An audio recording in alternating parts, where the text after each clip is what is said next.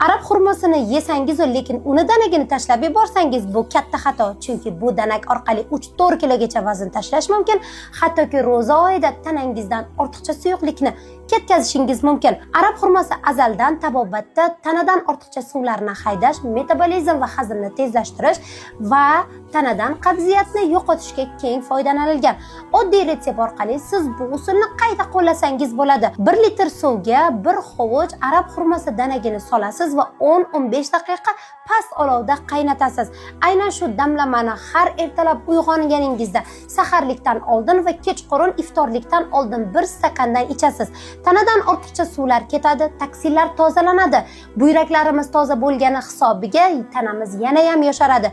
Ichaklarni tozalagani hisobiga qabziyatni ham oldini oladi.